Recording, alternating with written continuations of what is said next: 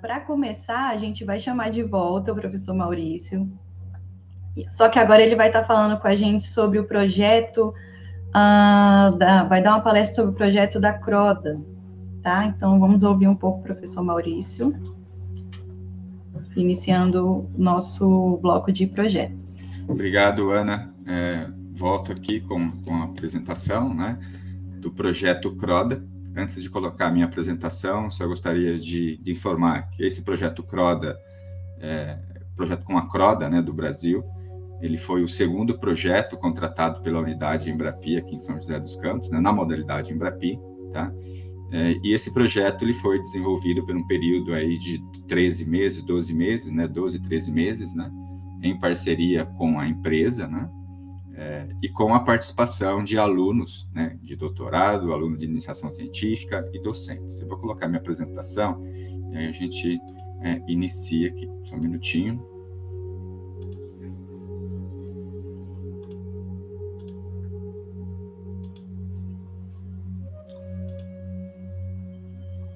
Tá ok? Consegue visualizar, né?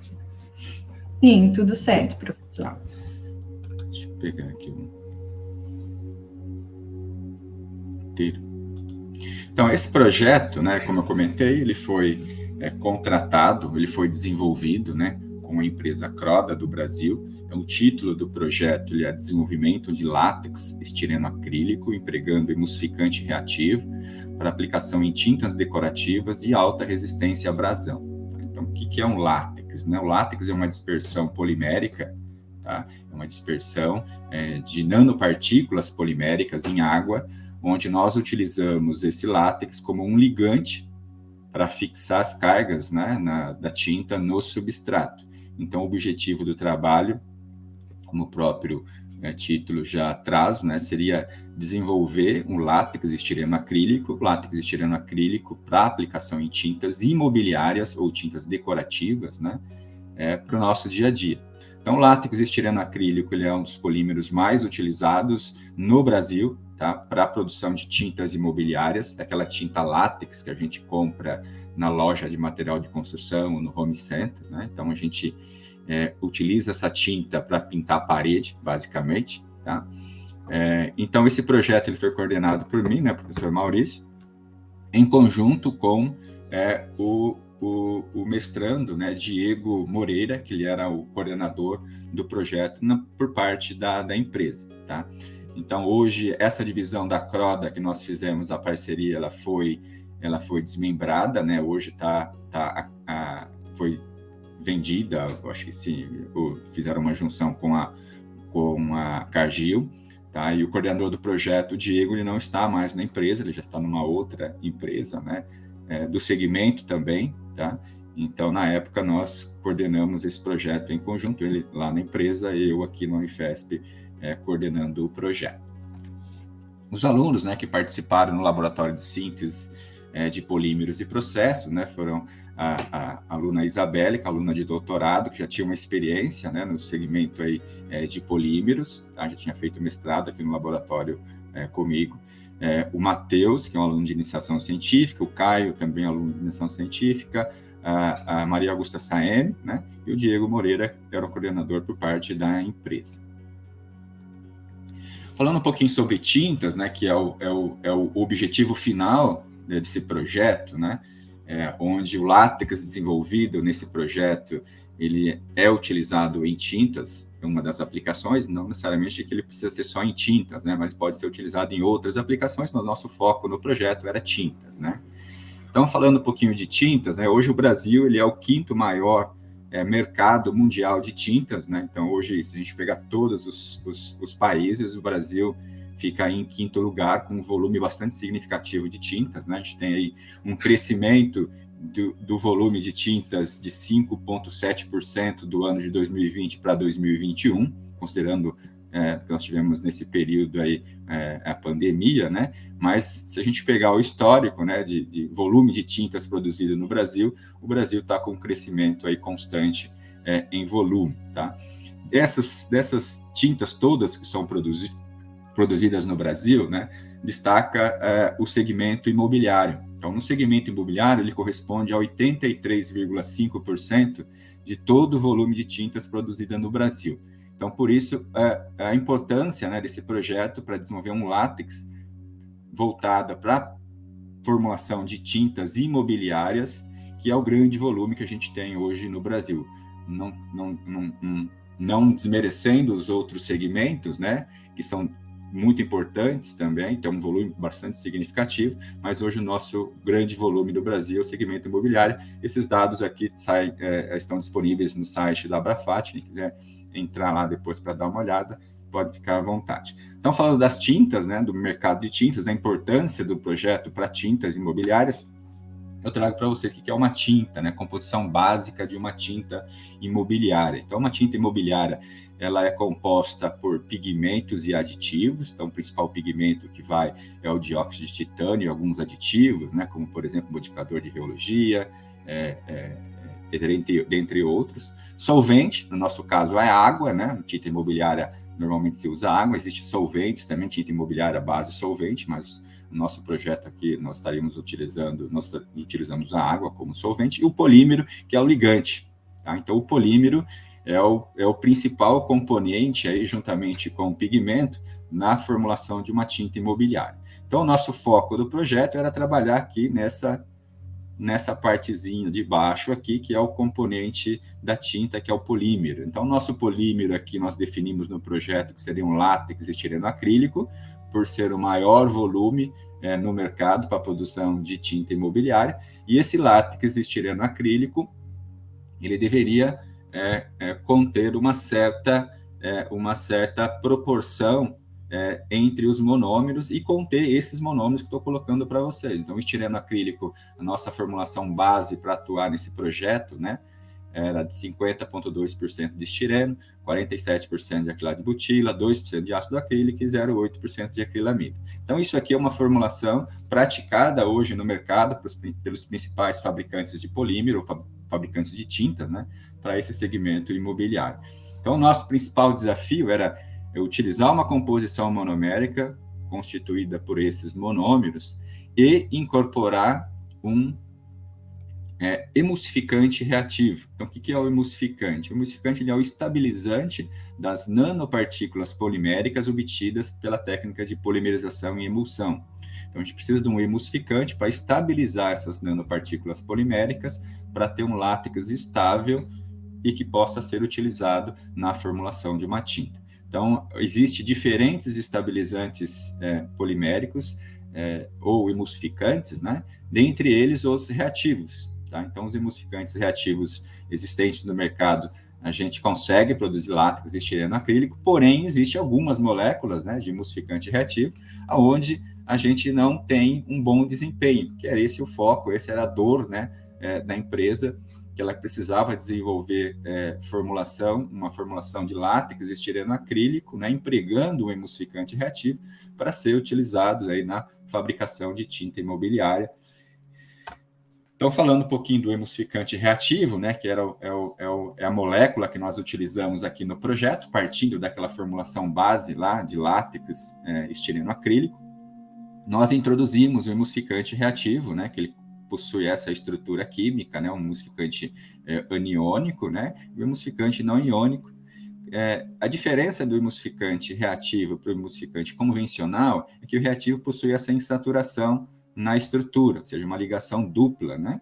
E o emulsificante convencional, ele não possui. Por exemplo, a gente pode pegar aqui um emulsificante com C12, né? C12 carbonos fosfatado neutralizado, ele só possui a cadeia carbônica e não possui uma insaturação. A gente pegar um outro aqui, um etoxilado também, convencional, ele também não possui uma insaturação na cadeia carbônica do emulsificante. Então, a nossa ideia no projeto era usar esse emulsificante reativo. Por que reativo? Porque ele vai polimerizar junto com aqueles monômeros que eu mostrei para vocês no slide anterior. Então, ele pode polimerizar o emulsificante reativo com estireno, com acrilato de butila, com ácido acrílico ou com acrilamida. Pelo fato do emulsificante reativo ele possui uma certa solubilidade em água, ele é mais hidrofílico, a tendência dele polimerizar com ácido acrílico, que é hidrofílico, e com acrilamida, que também é hidrofílico, é muito grande.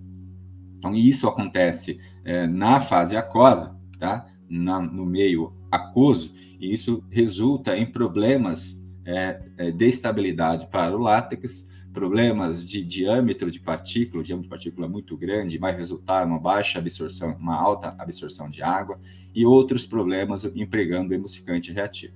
Agora, vocês podem me perguntar, mas já não existe emulsificante reativo no mercado para a produção de látex e tirando acrílico? Sim, existe, mas depende da molécula, depende da posição da insaturação na molécula aqui. Eu posso ter uma maior facilidade para usar esse emulsificante reativo ou não conseguir utilizar esse emulsificante reativo para estabilizar, tá, um látex polimérico, por exemplo. Tá? Então, nesse projeto, nós utilizamos 2 emulsificantes reativos, um aniônico fosfatado e um não iônico, né, para ajudar na estabilização. Qual que é a vantagem de usar um emulsificante aniônico fosfatado?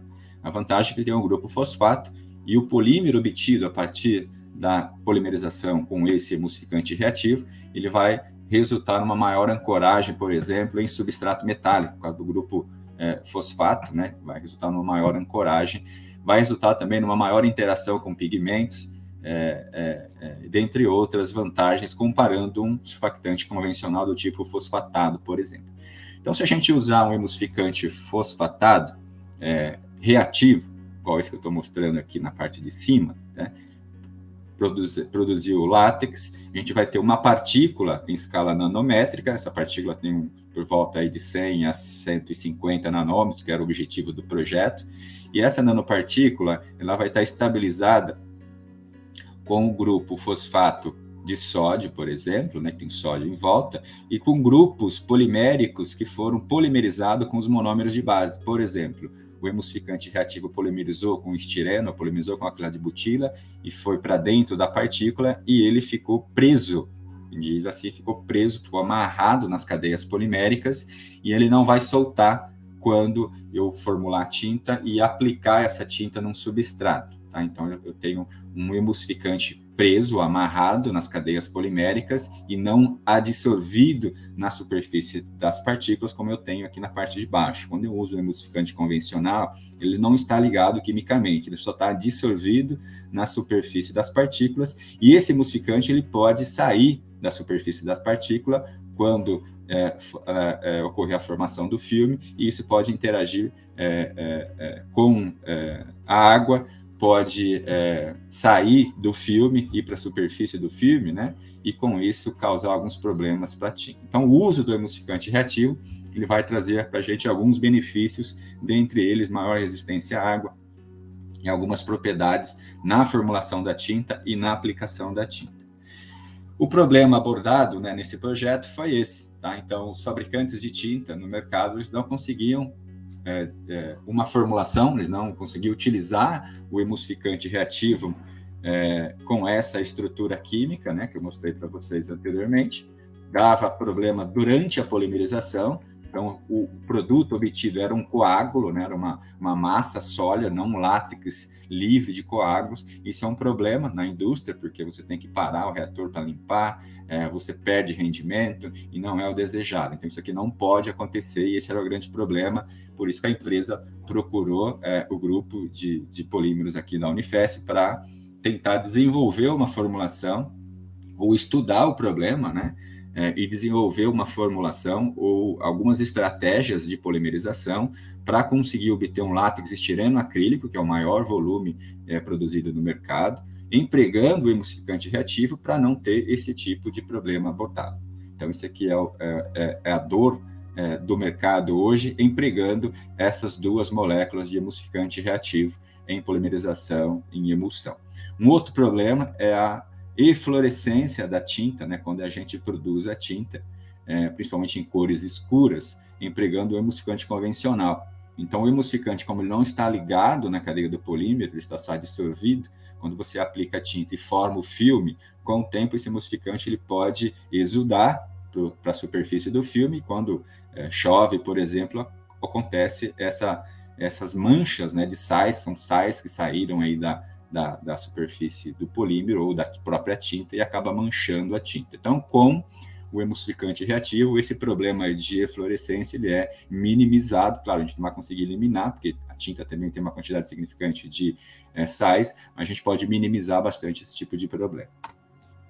Então, o objetivo do trabalho foi desenvolver formulações de látex estireno acrílico, né, estireno, aquela de butilo, ácido acrílico e acrilamida, uma composição praticada hoje pelos principais fabricantes de polímero.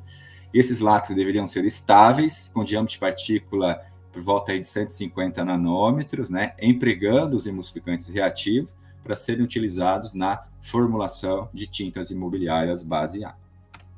Então, nós utilizamos aí diferentes estratégias de polimerização. Nesse período, nós fizemos por volta aí de 28 polimerizações, tá, nesse período do projeto, empregando aqui o reator num sistema montado para representar as condições que tem lá nas indústrias, né? Então, nós trabalhamos num processo aqui de polimerização similar ao que tem nas indústrias que produzem látex para o segmento de tintas. Então, nós temos aqui um reator de polimerização de 3 quilos, bombas dosadoras, etc., etc., e variamos diferentes estratégias, estudamos diferentes estratégias nesse projeto de polimerização. Dentre essas estratégias, o processo de polimerização. Então, os resultados obtidos, né, para não estender muito e para não atrapalhar a programação, e também por questões aí de confidencialidade, a gente também não pode mostrar todos os resultados, né?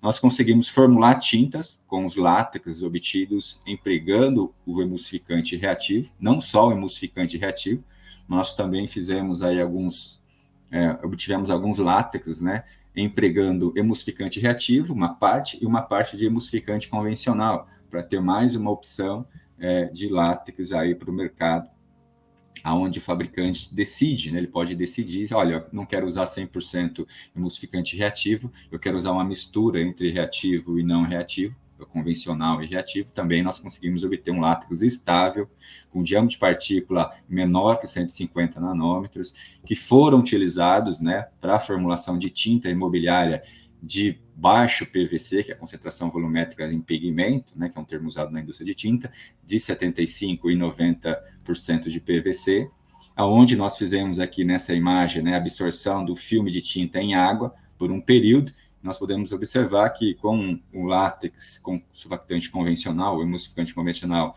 tem absorção de água e tem um desplacamento da tinta, né, do substrato, e com o emulsificante reativo a gente não tem esse tipo de problema.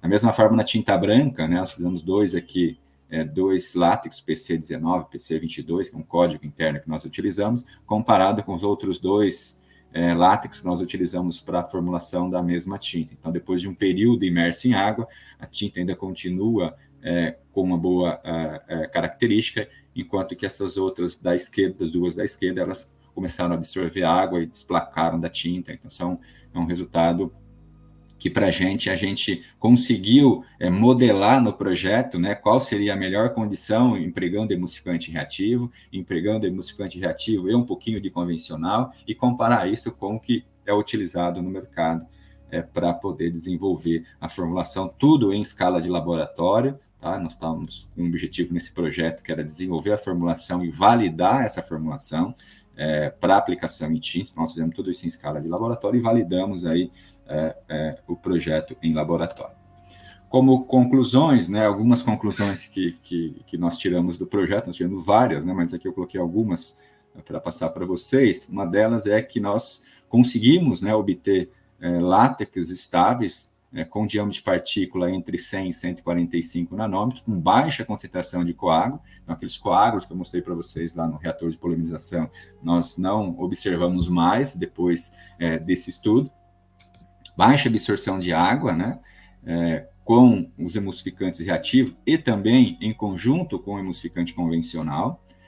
Nós também obtivemos aqui uma redução no uso do emulsificante reativo, né, em relação à concentração de emulsificante praticada no mercado. Nós conseguimos aí uma redução de 40% na quantidade de emulsificante que vai numa formulação de látex estireno acrílico, empregando o emulsificante reativo e o ajuste do processo que nós fizemos nesse projeto. Foram definidas algumas estratégias de polimerização, né, para obter os látex estireno acrílico estáveis, como, por exemplo, a influência da dosagem dos monômeros durante a polimerização em processo semicontínuo, uso de semente. Nós fizemos algumas outras variações de processo, e o processo em combinação com as estratégias de concentração de matéria-prima, foram essenciais para a gente chegar para cumprir o objetivo desse projeto. Uma outra conclusão: látex e estireno acrílico, né, estáveis, também foram obtidos com a mistura do emulsificante convencional junto com o emulsificante reativo. E os látex obtidos, né, nós concluímos que eles podem ser utilizados na preparação de tintas de médio e alto PVC, 75 e 90, com boa interação com o espessante e boa resistência à abrasão. Então, essas são as principais conclusões que nós tiramos aí desse projeto, tá? Nós avançamos, na época, com a empresa na preparação de um segundo projeto, né? E nós estamos aí com um projeto praticamente pronto para um outro segmento de aplicação para usar esses emulsificantes reativos, mas ainda não viabilizou o segundo projeto por questões, naquela época a empresa estava naquela fase de transição, né, de separação do segmento da Croda, venda para uma outra empresa, então isso ficou em stand-by, mas nós já temos um outro projeto desenhado, tá, e talvez a gente consiga aí implementar esse projeto não necessariamente com a Croda, mas com uma outra empresa também, visando essa mesma linha, mas num outro segmento de aplicação. Eu termino aqui, tá, a minha apresentação. Gostaria de agradecer a toda a equipe organizadora da nossa Copa Embrapi e fico à disposição, não sei se tem tempo para perguntas, né, mas fico à disposição. Muito obrigado.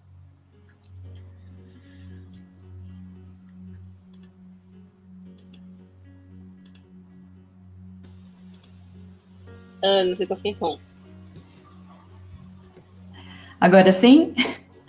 Muito obrigada, professor Agora Maurício. Sim. Excelente apresentação. A gente vai ter um tempo agora para as perguntas. A gente tem alguma pergunta no chat? Professor Maurício, a gente tem uma pergunta. No sentido acadêmico, foi possível gerar resultados também? Sim. Nós, como eu comentei, nós atuamos, né, com a nossa mão de obra na universidade, são os alunos, né? Então, nós atuamos com 3 alunos de iniciação científica, 1 aluno de doutorado, e esse tema, né, do projeto, ele continuou, o estudo ele continuou, ele é tema de uma tese de doutorado da aluna Isabelle, que ela continuou os estudos mesmo após o encerramento do projeto, ela já fez a qualificação e vai defender o doutorado nesse tema para entender mais a fundo, né, o efeito dos emulsificantes reativos numa composição estireno-acrílica para tintas, né? Ela vai defender o doutorado no mês de julho, agosto de 2023, tá? Vai ter que publicar os artigos, né? A empresa ela liberou os resultados para a gente disponibilizar na plataforma, na biblioteca da Unifesp. Então, a empresa já assinou um documento liberando esses resultados para quem quiser acessar depois, tá? A gente não divulgou ainda, porque a gente vai ter que publicar os artigos, né, para a aluna de doutorado defender, e também ele auxiliou também no laboratório, né, toda a infraestrutura de matéria-prima ou materiais para o laboratório foi adquirido com recursos desse projeto, tá? Então, assim, ele complementou o orçamento do laboratório de polímeros na Unifesp para desenvolver esse projeto e também dar condições para outros alunos atuarem no laboratório, além da formação, né, desses alunos no segmento de síntese de polímero, que é uma grande dificuldade hoje nas indústrias, né, falta de mão de obra especializada que conheça do assunto de síntese de polímero, produção de látex, produção de tintas. Então, a gente conseguiu formar alunos de iniciação científica, tem aluna de doutorado que vai terminar e tem condições, plenas condições de atuar numa indústria que produz látex, produz polímeros, né, para o segmento de tintas. Certo. Professor, nós temos uma outra pergunta. Esse tipo de tinta que é fabricado, essas tintas, elas são eco-friendly, ou seja, quais que são os impactos sustentáveis do uso dessa tinta? Então, elas não são eco, né? Elas são tintas convencionais. Existe uma tendência do mercado, né, que é migrar para as tintas verdes, né, entre aspas, tintas verdes ou tintas eco, né, mas essa formulação de tinta não é uma tinta eco, né, ela é uma tinta tradicional, imobiliária, apesar de ser base água, né, que não usa solvente, esse já é um ponto positivo, então é uma tinta base água, nosso solvente é a água, tá, mas ela tem os componentes, né, por exemplo, o polímero é um polímero sintético, onde as matérias-primas não são de fontes renováveis, os ingredientes, os componentes da formulação são componentes tradicionais, tá? Não era o nosso foco na época desenvolver uma tinta eco, né? Ou uma tinta verde, por exemplo, né? Mas sim desenvolver um polímero que se usa hoje na indústria de tintas. Tá? A gente tem projeto, né, no laboratório para substituir as matérias-primas de fonte de petróleo por fonte renovável. Então, a gente tem alunos trabalhando no laboratório com esse objetivo, desenvolver um polímero ou um látex para a indústria de tinta, partindo de matérias-primas de 100% de fonte renovável, visando a produção de uma tinta verde, por exemplo, mais adiante. Isso seria bem interessante, porque, como você comentou na apresentação, o Brasil é um dos maiores produtores de látex, né? Então, hoje a gente vê que há uma discussão muito grande a respeito disso, do uso desses materiais e que eles sejam, né, utilizados de forma sustentável. Então, é super importante saber que o laboratório tem essas iniciativas. Vamos ver se tem mais perguntas. Aqui no chat. Temos mais uma. Professor, qual seria o tempo médio para desenvolvimento desse projeto?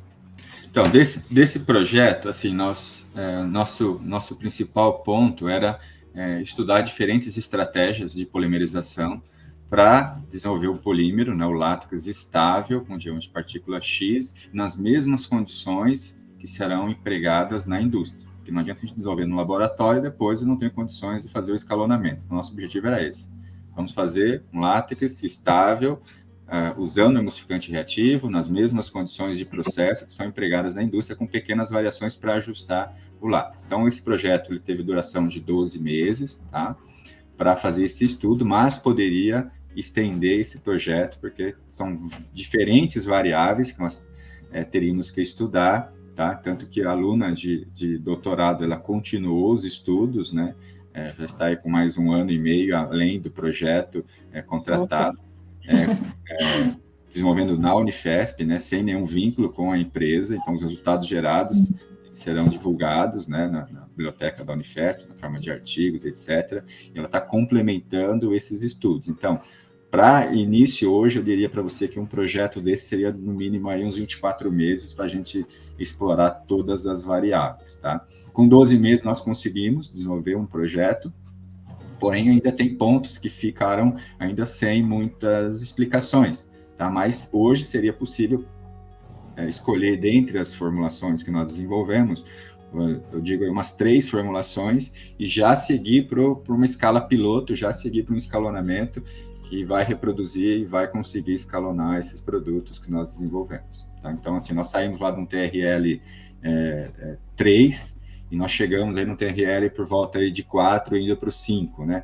É claro que nós fizemos no laboratório um reator de 3 quilos, para muitos 3 quilos já é um lote piloto, né? Já é uma escala piloto, tá? Então, para a gente 3 quilos é uma escala ainda não muito piloto, mas podemos considerar como uma escala piloto. Então, se a gente considerar 3 quilos uma escala piloto, nós já estaríamos indo aí para um TRL 6, por exemplo, né?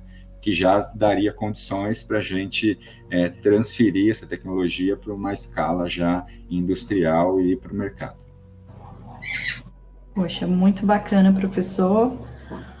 Bom, acho que a gente fica por aqui, não temos mais perguntas. A gente agradece a sua participação, tá? Agradece a sua participação na abertura do nosso workshop. E agora a gente vai passar para o próximo.